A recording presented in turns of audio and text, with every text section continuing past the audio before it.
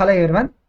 In this video we'll discuss about the idea of uniform acceleration in general and more particularly in case of the motion in one dimension. So if we talk about uniform acceleration, right, what it basically means is the rate of change of velocity will remain constant, because that is what is the definition of acceleration, right? So acceleration is what? Rate of change of velocity, and the rate of change of velocity will be remaining constant. So which means what? So if you talk about acceleration, right, remember we have discussed the acceleration in two ways. One is the average acceleration, and the other one is the instantaneous acceleration. So what is the average acceleration formula? The change in velocity, final velocity minus initial velocity, will be the time taken. So we can also write it as what? Delta V by delta T. So here we have to be careful that we are dealing with the vector quantities. So this is what is the average acceleration. Instantaneous acceleration will be defined at a given instant. It will be what? It will be measured as the dv by dt. Okay, so this is how we are going to measure the instantaneous acceleration. Now here what are we saying? Uniform acceleration will mean what? The acceleration is going to be constant. So which means if you calculate the acceleration value, so let us divide the entire journey starting from t is equal to 0. So we'll have t is equal to 1, we'll have t is equal to 2, like that. I mean, we can divide into whatever even sub parts also, but let us just look at this. T is equal to 0 starting time, t is equal to 1, t is equal to 2, t is equal to 3, like that. We calculate what is the instantaneous acceleration at t is equal to 0. What is it going to be? Let us say the value is I'm just talking about the value, 2 meter per second square. T is equal to 1 also, it should be same, because it should be same throughout. T is equal to 2 seconds also, it will be what? Same. T is equal to 3 seconds also, it will be same. Even if you take what is the average acceleration between t is equal to 0 and t is equal to 1, because average acceleration will be measured for a finite time interval. That also is going to be coming as what? Same value. So in case of the uniform acceleration motion, whether we will measure the instantaneous acceleration or we measure the average acceleration, both of them are going to give us the same value. Why? Because instantaneous means at an instant of time. When we take the average value, means it will be for a finite time interval, because when the acceleration is always same, even if you measure for a finite time interval, the acceleration value is going to be the same thing. So the uniform acceleration will mean both the average acceleration value and the instantaneous acceleration at any given point of time in the journey will be what? Same. Now this is the idea of the general uniform acceleration. But here we are talking about the uniform acceleration in case of one dimension motion. One dimension motion means what? The motion is confined to a straight line. The motion of the object is confined to a straight line. Let us say, this is the straight line in which the motion of the object is constrained. Means what? The velocity, because velocity might change. The velocity will be confined to that straight line. Okay. So let us say it is having initial velocity towards the right side. We are just taking some assumption. Okay. The initial velocity is towards the right side. Then the acceleration, if it is in some other orientation, let's say acceleration is in some other orientation, what would happen? Then this acceleration can be divided into components. One is the acceleration component, which is along this line of initial velocity. Okay. And other component is what? Which is perpendicular to the line of initial velocity.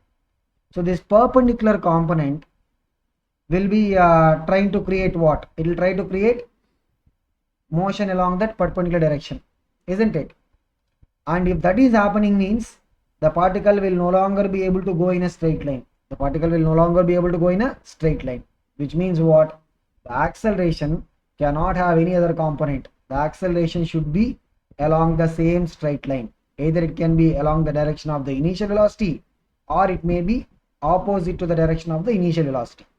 It cannot have any other component, because any other component is there means the direction of motion will change from that straight line. That will no longer be the straight line motion. So when we say straight line motion, the acceleration will be confined to what? The direction of whatever is the initial velocity. Means, it may be along the direction of initial velocity or opposite. It will be confined to that line of motion. So this is what we call as the straight line of motion. The acceleration will be confined to that straight line of motion. This is the speciality of acceleration in case of motion in one dimension. Okay, now here we have two cases, right? What are the two cases? First case is when the acceleration is same direction as the initial velocity. What is going to happen then? The acceleration will be coming because of a force applied. We will learn about this in the Newton's laws of motion chapter. Like say an object is going towards the right side with a particular velocity. We apply a force in the same direction. Then what do we observe? Let's say somebody is going, so we push him from back. What you're going to observe? His speed or his velocity is going to what? It will be increasing. The velocity value is going to be what? Increasing in terms of the magnitude, which means if the acceleration is the same direction as the initial velocity, what is going to happen? The velocity value in terms of magnitude is going to increase. Okay, so here the velocity value in terms of magnitude is going to increase the magnitude of velocity. What is the other possibility? When acceleration is in opposite direction, means what? Like if the object is moving with a velocity towards the right side, and let us say the acceleration is towards the opposite direction, left side, then we will call this particular case also by the word deceleration. What do we call it as? We'll call it as what? Deceleration. So we'll talk about it when we go to the examples and all, but generally what is the word that we refer to? We'll refer to it as what? Deceleration. Okay, so here what we are going to observe is the velocity will decrease. It will decrease in magnitude. So as time progresses, what we are going to observe? Like say some person is going in the forward direction, we pull him back by applying a force, because when I apply a force means we'll create acceleration. That idea we'll learn in the Newton's laws of motion chapter. But when we are pulling him back means what you're going to observe? He will slow down, in the sense his velocity is going to decrease in terms of the magnitude. So these are the two cases we can observe with regard to the uniform acceleration motion in one dimension. Okay, now we'll see some examples. Let's say I'm sure all of us are familiar with this F1 race. So when all these cars are starting from one point, right, so they will be at rest initially. So what is the state? All these cars will be at that the beginning of the the entire race, they will all be at rest. So you'll see suddenly they will start moving once the race will begin. So each of these cars, right, assuming the motion is a straight line motion, because the track can also be at times curved, but largely you will have what? Straight line motion. What you see is that these cars will be keep on getting accelerated, means they would be having what? An acceleration. Sometimes the acceleration will be in the direction of the velocity. Sometimes when they are slowing down to fill up the tank, etc., they will usually apply the brakes. Then what do we observe? We'll observe that when they apply the brakes, the acceleration produced by the brakes will be in opposite direction to the velocity. This is what we'll be observing in the case of the F1 race. Even you can look at this particular example.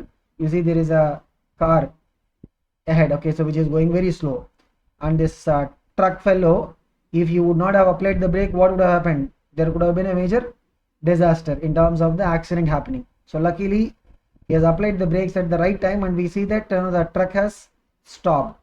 So truck is having a velocity, it is coming with a velocity, okay, but what he did, he applied the brakes. So brakes are basically creating acceleration in the opposite direction. So as a result, what is happening? The vehicle in fact is coming and getting stopped. The vehicle is coming and getting stopped.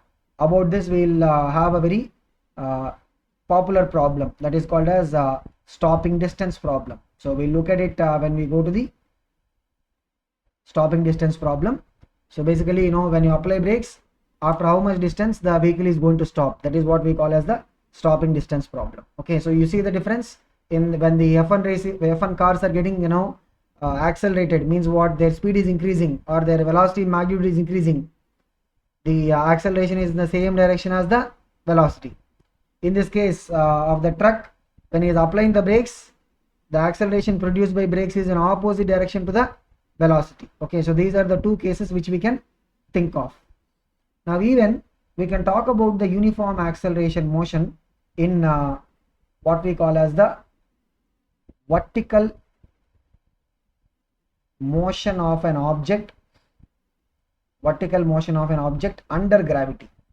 This is important. It is not like, vertical motion of the object. What is it? Vertical motion of the object under gravity. So this is another special type of motion which we will study in detail. We will call it as what? Vertical straight line motion under gravity. But look at this, how it will be an example of uniform acceleration motion. Now assuming you can see the ball over here, right? It is getting what? Bounced. So it is going up and then coming down. In this journey of going up and coming down, this ball, right, which is not connected to anything else, neglecting the air resistance, etc. So neglect the air resistance, all these things, then what we see is that this ball will experience only one force. Okay, as a result, the ball will be having only one acceleration, and that is what will be the acceleration due to gravity, which will represent by the symbol small g. So whether it is going up or coming down, the gravitational force will be always acting downwards only. So the acceleration produced by the force will be also what? Downwards. That is what we are representing as what? Small g. Small g is what? Acceleration due to gravity. And for the places which we consider close to the surface of the earth, the value of acceleration due to gravity will be what? Approximately 9.8 meter per second square. Sometimes while solving problems, right, we may even take the value to be what? 10 meter per second square. Okay, but what is the common value that we choose for the acceleration due to gravity?